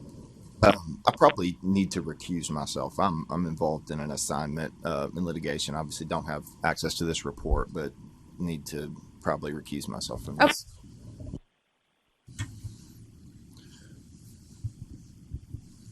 So my thought on this one is that it's report writing issues. It appears mostly. However, due to the extensive previous history of the individual, it also appears here that education may not have helped.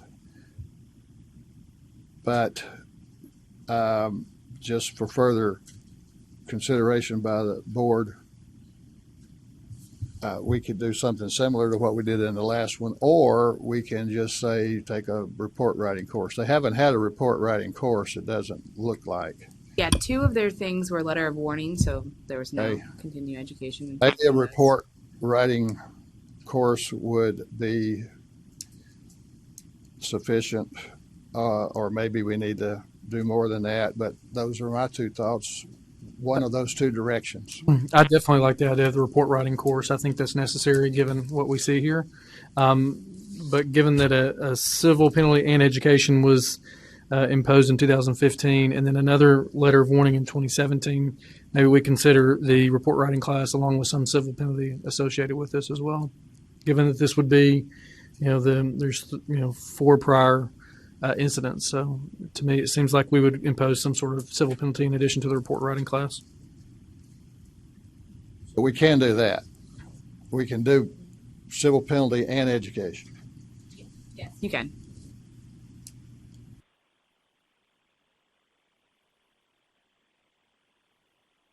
Mr. Pratt, do you have a recommendation for that civil penalty then? I would make a recommendation of a $1,000 civil penalty in addition to the report writing class. If anybody wants to have any conversation about that. How many hours of report? That is The report writing course is 15 hours. it's a 15-hour course. Make that in form of a motion then? I'll make a motion that we impose a $1,000 civil penalty and the 15-hour report writing class for additional continuing education. Before we vote, we can do a second and have further discussion, certainly. So do we have a second? I'll second. We got a second from Mr. Atwood. Do we have any further discussion? All right. I think we can move the vote then. All in favor, please say aye. Aye. Any opposed? All right. Hearing none, that one's been passed. Thank you. And that is it for disciplinary.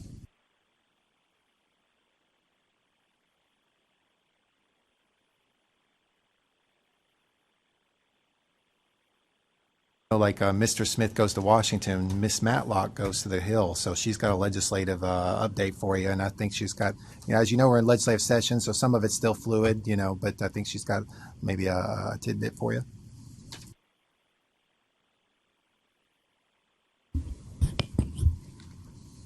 Hello. I know you haven't heard from me.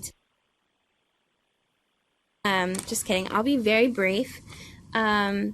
So we are in legislative session, hopefully toward the end. I don't have a lot for you.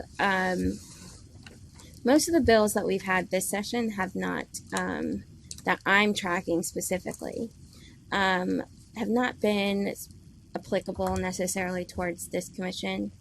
The department is running a department-wide bill, but it will not apply to this commission due to our specific requirements.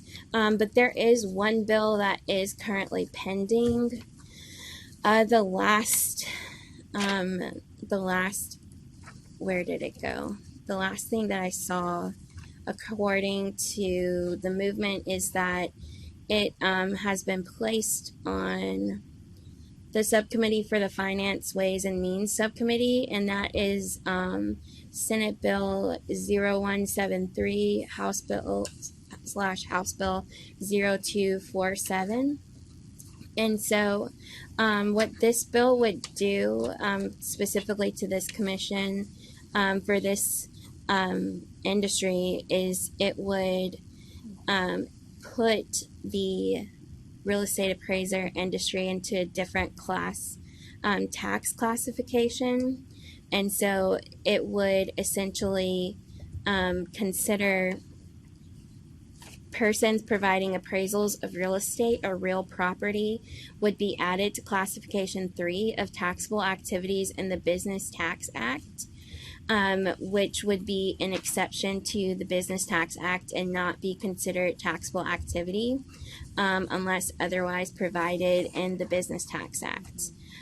So that is a bill that is currently pending in the General Assembly. Don't have any final information that's going. Just currently moving.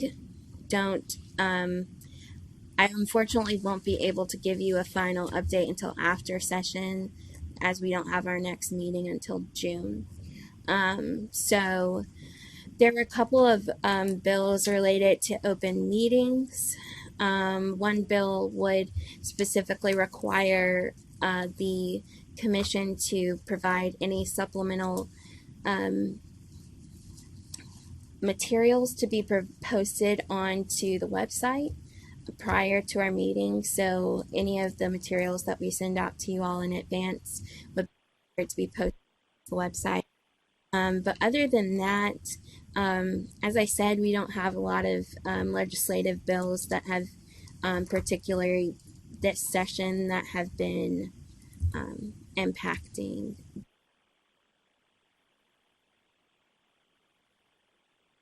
Yes. That mean that as an appraiser, I would not pay that state tax that I paid last week? Is that what that means that you were talking about?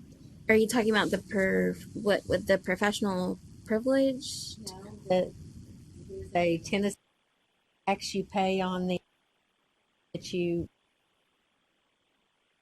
If this is related to the Business Tax Act, Business.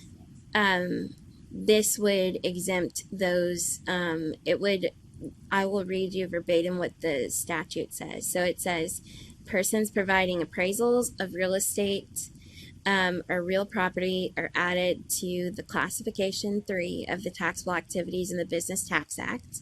And so this, which are exceptions to the Business Tax Act. So I think that would possibly exempt you, but I'm not entirely sure. I'll double check in. Also, I can send you a copy. I'll send you the citation for the bill so you can read a copy of it too. Mr. Button is in the audience, and he's has some information here as well too about this. Mr. Button, please. I'll be glad to give you just a little background on it. So this bill was presented by an appraiser with his legislator to exempt appraisers from the gross receipts tax, which is a tax that is required to have a business license in every county. So if you're an appraiser now, you're required to have a business license, like Commissioner Tuck had referred to, and you pay taxes on the gross receipts, which are the amount of gross revenues that you have coming into that business for that business license. Other professions are exempt from that. Some of them that are exempt are real estate agents. So this is just to bring, there's no exemption for appraisers at this time, which is a similar type revenue stream. And there's no requirements for real estate agents to have a business license, but there is for appraisers. So I think that's why they're wanting to bring this into parity. Other professions are also exempted from it. Some of those pay professional privilege tax. So this is kind of the background behind it. And yes, if that was a gross receipts tax that you had to pay, this bill, if it passes, would exempt appraisers from that. Is there a good chance then that they would tell us we had to pay the professional privilege tax? It's possible. I don't know. But that's just a further background explanation of what this is. I don't have any information about the professional privilege tax, like that bill. If you all were to be grouped into that, I don't have any information about amendments or if you were to be put into it. That hasn't come across my desk. So if that were to come in a form of amendment, likely would be informed about it. So I don't have that information at this time. right now, that has not changed. Yeah, there's to her point there's nothing are for that, but amendments come, and so as soon as we Right. get one, then we would if we got one, not assuming there would be one, but if we got one, we would let everybody know. They tend to come to me an hour before.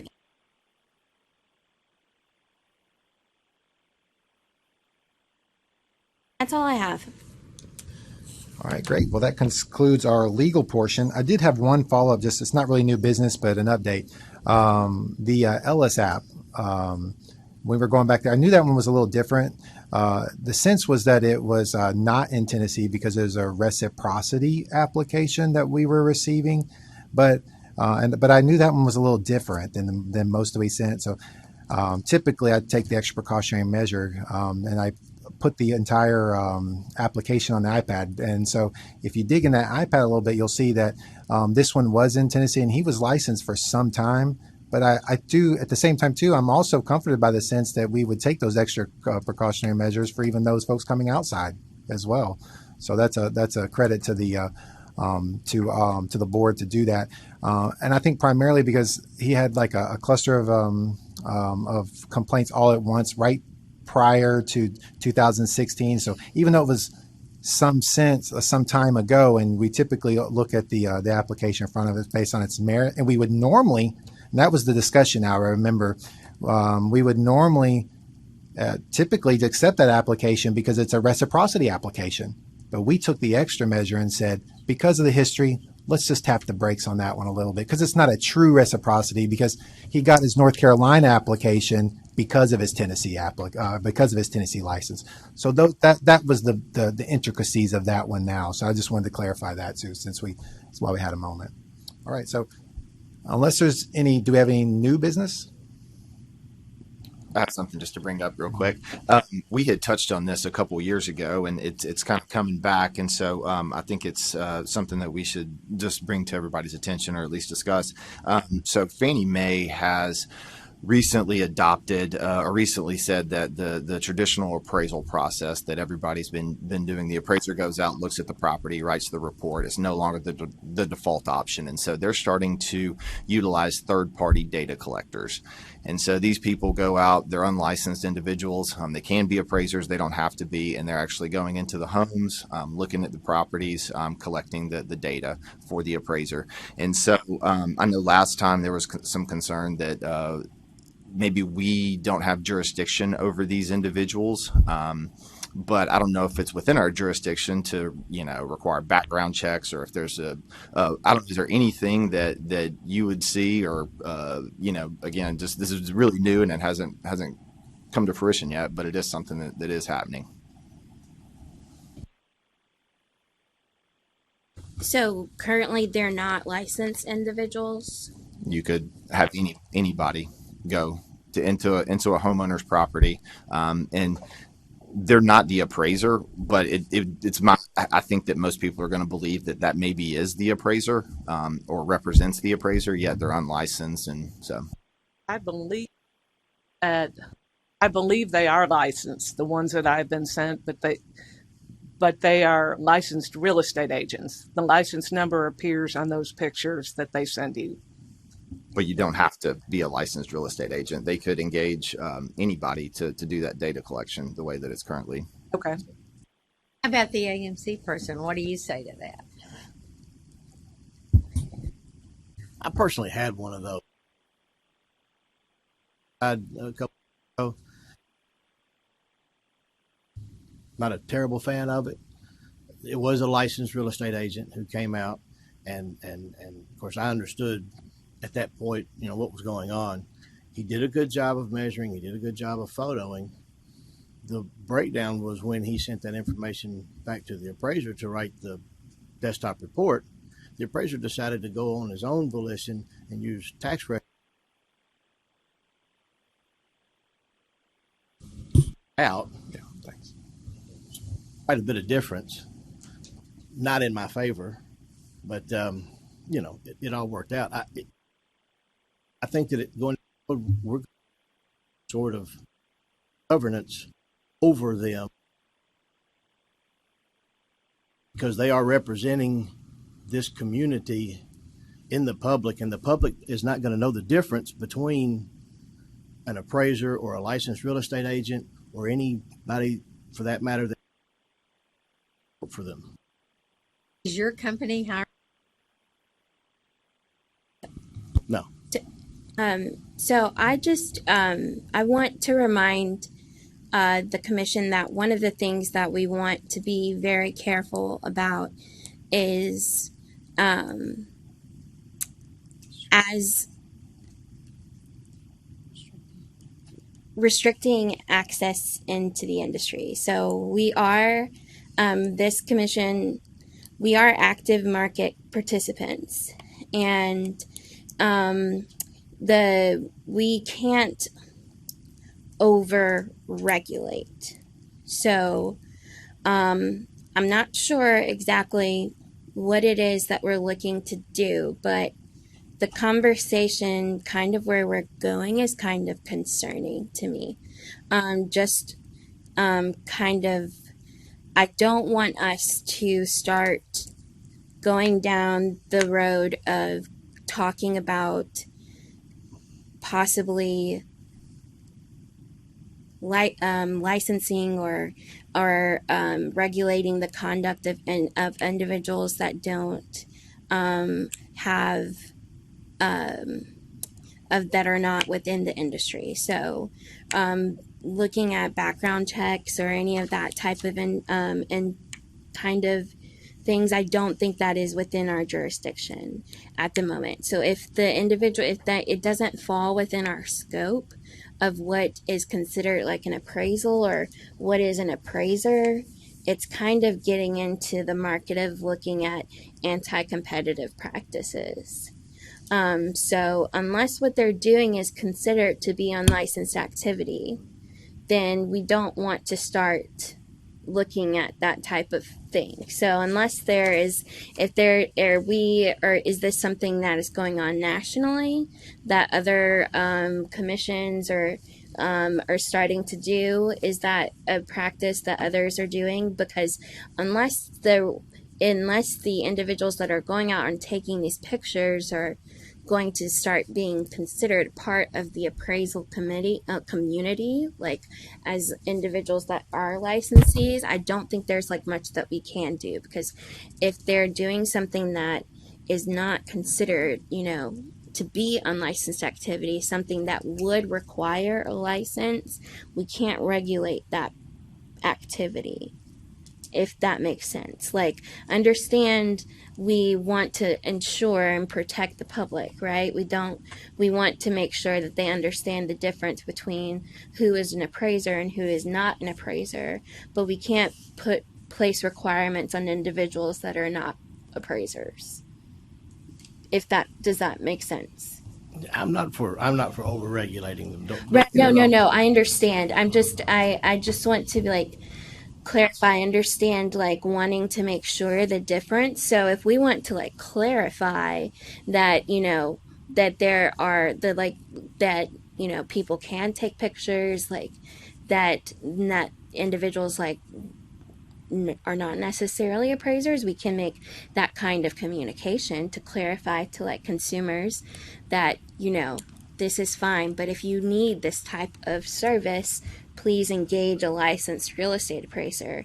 That can be achieved through communications or that type of things, but we don't want to start looking at the individuals that are actually doing things that they can do, and requiring them to do certain things under our umbrella. I think I totally understand what you're saying, and believe me, I'm not for overregulation either. I think what Commissioner Mansfield is getting at is that these individuals that go in and do this for licensed appraisers, the licensed appraisers are therefore depending on the information they're giving us, and how do we know that the information that they're providing is accurate? And if it's not accurate, that's there, and that's going to affect the public. So it's a circular. So I'm not saying that I'm for or against. I'm just saying that should be Right. So now I understand. So in that circumstance, the information that you're getting from that individual. So what what are you relying upon? What are they providing to you? Because I genuinely do not know. So I'm trying to it's a learning curve for me. So It, I'm trying to like, yeah, I'm not going to participate in the bifurcation process. So I don't personally participate in doing that. I would not do an appraisal based on someone else's information. But from what I understand is they're going out and measuring pictures, condition, quality of construction, and they're relating that to you, and you're just sitting at a desk relying on the information they've provided you in order to complete an appraisal. okay, so my question would be, if an appraiser relies upon this information that comes from a third party and the information is erroneous from that individual, is it not the responsibility of the appraiser to double check that information? Would it not be their license to go back and certify that it is that it is correct? Or, yeah, we have to, filter through data all the time. I guess where I was coming from with it is, in the past we have ruled on there's been issues that have come from the actual inspection, or Right. and that we have considered that part of appraisal process. Right. And so now, what if hypothetical scenario, they send a ex-felon or something into a house and somebody files a complaint, just to make it clear we don't have jurisdiction over that at all. And Right, that's all so- I was getting at. So if someone were to file a complaint against an individual that went into a property that is not a real estate appraiser, then what would happen is that the people that get our complaints, the centralized complaints division, would send it over to me, and I would make a determination and look at it, and if I would see if it looks like unlicensed activity. If it looks like unlicensed activity, I would send it over to us for review. But if it is not unlicensed activity, then I'm going to close the complaint for no jurisdiction, because it doesn't fall in our jurisdiction. But then at that point, what I would do is probably refer it over to our Consumer Affairs division, which would be over at the Attorney General's office. And so they have their other avenues to use there. Also, if an individual has that, they also have law enforcement to use at that point. But if that were to happen and they don't fall into our jurisdiction, we can't do anything because it's outside of our reach. Only if that person was required to be licensed and they fall under the definition of what would be an appraiser, would that be something that we could do, if that makes sense.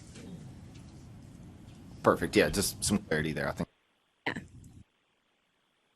Competent jurisdiction, that matters, because there'll be folks that maybe something was they want to be indemnified. There was some harm, some exposure, or whatever, and then they come to the board, commission, whatever, wanting them to right those wrongs, and then you have to sort of direct them back to a civil court, maybe if it's criminal to criminal court as well, to law enforcement, to Anna's point.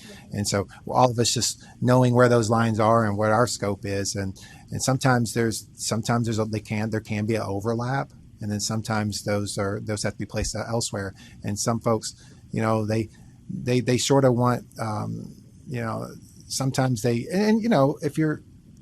if you want to be indemnified, whatever the issue is, you don't want to have to wait on that, and justice is supposed to be swift and certain, right? That was inculcated in our very Constitution. And so there's a certain entitlement that people are, should it come to expect, as well.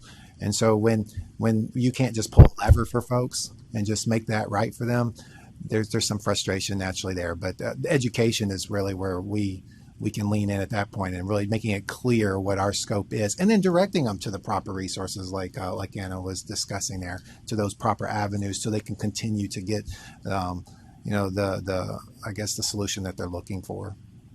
But that reminds me, like Dr. Jane today, for example, if an individual, for example, if they had a contract with a real estate appraiser and the contract was broken, we still could not do something about that necessarily because that's contractual, and we don't have jurisdiction over contractual matters. And so, if that was the only issue that came over the complaint would likely be dismissed for lack of jurisdiction. And so the recommendation would be to dismiss for lack of jurisdiction, because the appropriate venue for that complaint would be a court of civil jurisdiction or chancery or whatever the court would be. We see that a lot of times in some of our other commissions. If it's a breach of contract or something like that, we oftentimes have individuals that will bring up other issues that or have other legal claims that we can't do. We are looking at the professional issues that our commission governs specifically. If there are things outside of that, other entities are going to have to take action. We cannot necessarily assist in that. And Commissioner Tuck, from the AMC, we've not yet had this product come before us, so we've not had to.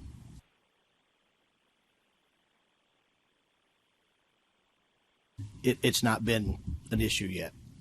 As an appraiser, I almost daily get requests to do those, and I have turned every. But if it changes for some reason, of course, we'll adapt as it goes. But until then, I would just recommend, if an appraiser is using that, until then, that is your work product. That's your license. Just like if I trust something to one of my paralegals, not Carol, because it's not Carol. It's not Carol. If I have another paralegal named Tom, and Tom messes up something, that's my license. That's on the line. So.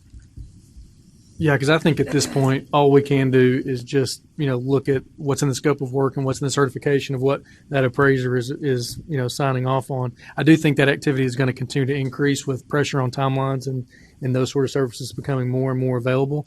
And the only thing I can think of is it's not really our position yet, but it could be that we, talk to our education providers about either FAQs or something that they mention in their coursework of, being aware of this and being aware of some of the steps they may take and document in the scope of work or certification at some point, but that's not necessarily anything that the body would handle at this point. Comments? Anything? Any add-ons there? Anybody need to piggyback? Or I think we've covered that. So it looks like we'll wait and see then. But to your point, like Reagan used to say, trust but verify. So yeah, I'm probably inclined to agree with him. All right, sounds good. If there's any other new business? All right. Do we have a motion to adjourn? So moved. All right. Thank you. Got a motion from Mr. Mansfield. Do we have a second? A second. Second from Dr. Jane. We are adjourned. Thank you.